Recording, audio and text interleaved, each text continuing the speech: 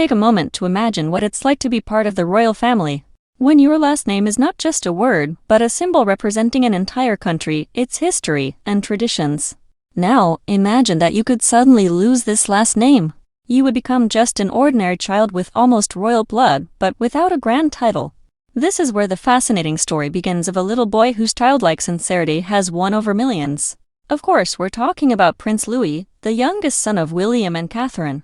Today, he is known for his cheerful personality, his ability to make even the most serious reporter smile, and his bright public antics.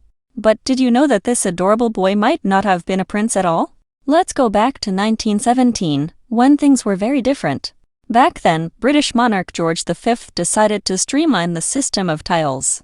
The essence of his reform was that only the children of the monarch and grandchildren through the male line could officially be called princes and princesses. All other heirs lost the right to this magical word before their name. Imagine if this rule had remained.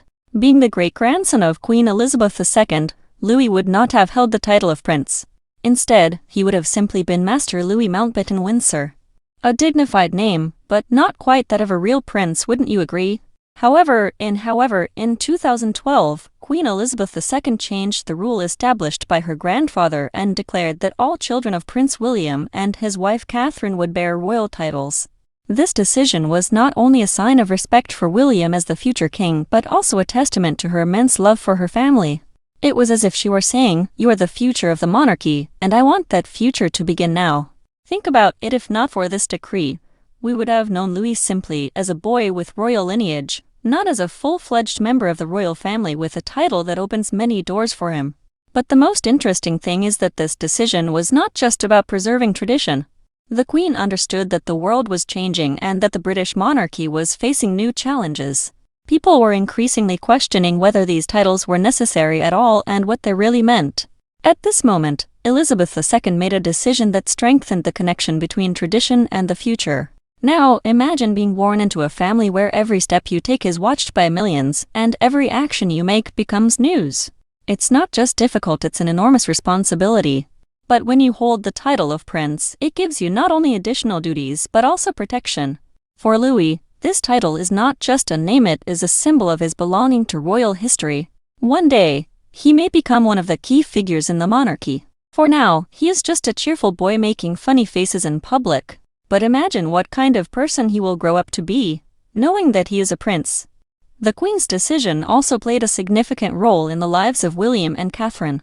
As parents, it is important for them not only to raise their children in a normal environment, but also to explain to them what it means to be part of the royal family. Thanks to Louis' title, they can teach him how to balance the life of an ordinary child with the future responsibilities of a royal. This story is special. At first glance, a title is just a word, a formality.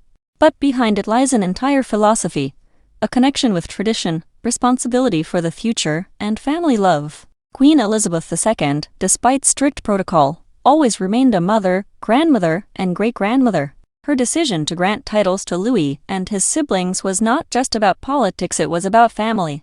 When we think of Queen Elizabeth II, images of tiaras, official receptions, a stern gaze, and thousands of cameras recording her every move immediately come to mind. But behind this facade of the Iron Lady was a different, more homely side. This is how Catherine described her, recalling how the Queen loved to leave little surprises for her great-grandchildren.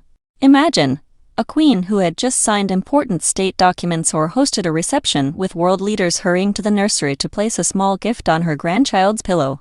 Catherine once recalled, "She always left something for the children when we visited. A small gift or a surprise in their room so they would feel special." This was not just a gesture, it was a manifestation of genuine love.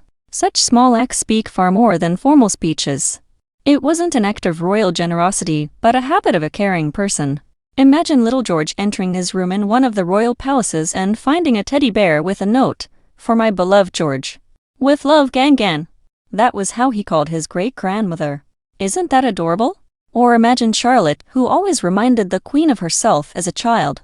Elizabeth II never forgot to do something special for her, whether it was a doll or a royal shawl, a sign of their unique bond. These gifts were not just for the children. They showed that the Queen noticed the little things, remembered what each child loved, and knew what would bring joy to her great-grandchildren. After all, being a queen is not only about ruling a country but also about being a grandmother who cares for her family even in the smallest details.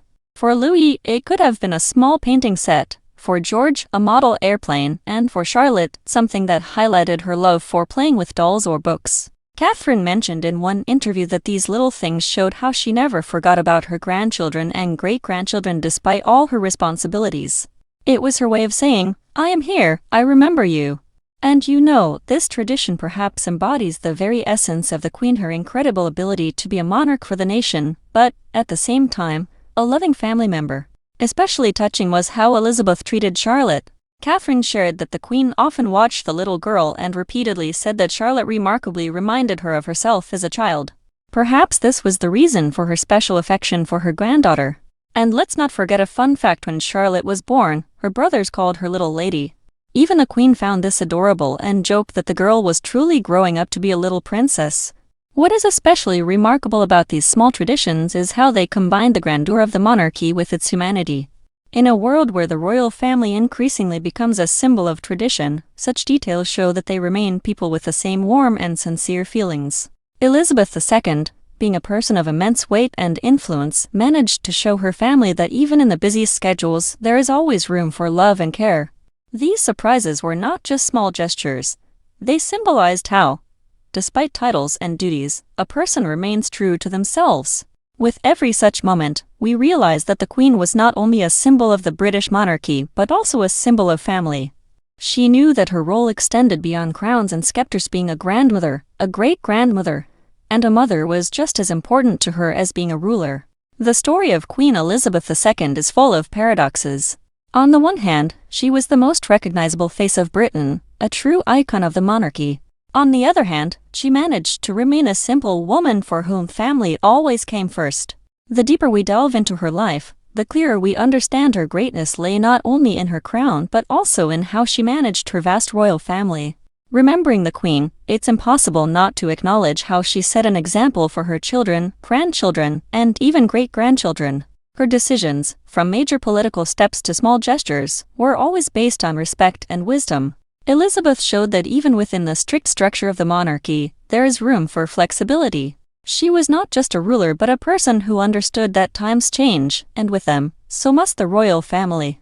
Her children, including Prince Charles, often emphasized that it was their mother who taught them patience and the ability to resolve conflicts without making a fuss. She was a quiet force who knew how to guide but never pressured, Charles said in an interview. Her legacy is not just about titles, castles, and countless state honors. It is about the traditions she passed on to her family. She taught her children and grandchildren how to be royal yet remain human.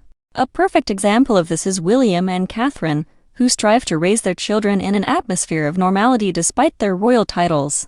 Imagine rather than relying on an army of nannies and caretakers, Catherine and William actively participate in their children's lives. They prepare their breakfasts, drive them to school, and even play with them at the playground. And all this is thanks to Elizabeth, who showed that titles are no reason to forget family values. One of the Queen's most touching qualities was her ability to unite her family, even during difficult times. Just recall the crisis moments in the royal family, such as Prince Harry and Meghan Markle's departure. Despite all disagreements, Elizabeth never allowed these conflicts to destroy family bonds. She always emphasized that family is above all else. Her reaction to such challenging moments was always calm yet firm. She did not like drama or make loud statements, but her actions spoke louder than words. But perhaps the most surprising thing about Elizabeth II was her humanity. Despite all the regalia, she remained true to herself. Catherine once shared that the Queen enjoyed simple pleasure as walking her dogs, having tea with family, and watching TV shows. She adored her corgis and even joked that these dogs knew more royal secrets than anyone else. Elizabeth loved her grandchildren and great-grandchildren. She laughed at their mischief, supported their interests, and even played along with them. For example, George could dress up as a pirate and demand ransom for his toy, and the Queen would happily join in on the fun. When we talk about Elizabeth II, hundreds of images come to mind: her stern gaze at official events, her sincere smile in family photos, and her famous bright outfits that were impossible to miss in a crowd. But the most important thing she left behind was the memory of a person who managed to balance monarchy and humanity. She was a symbol of stability in a constantly changing world. For her loved ones, she was a grandmother and a great-grandmother. For the nation, she was a symbol of strength, wisdom, and love.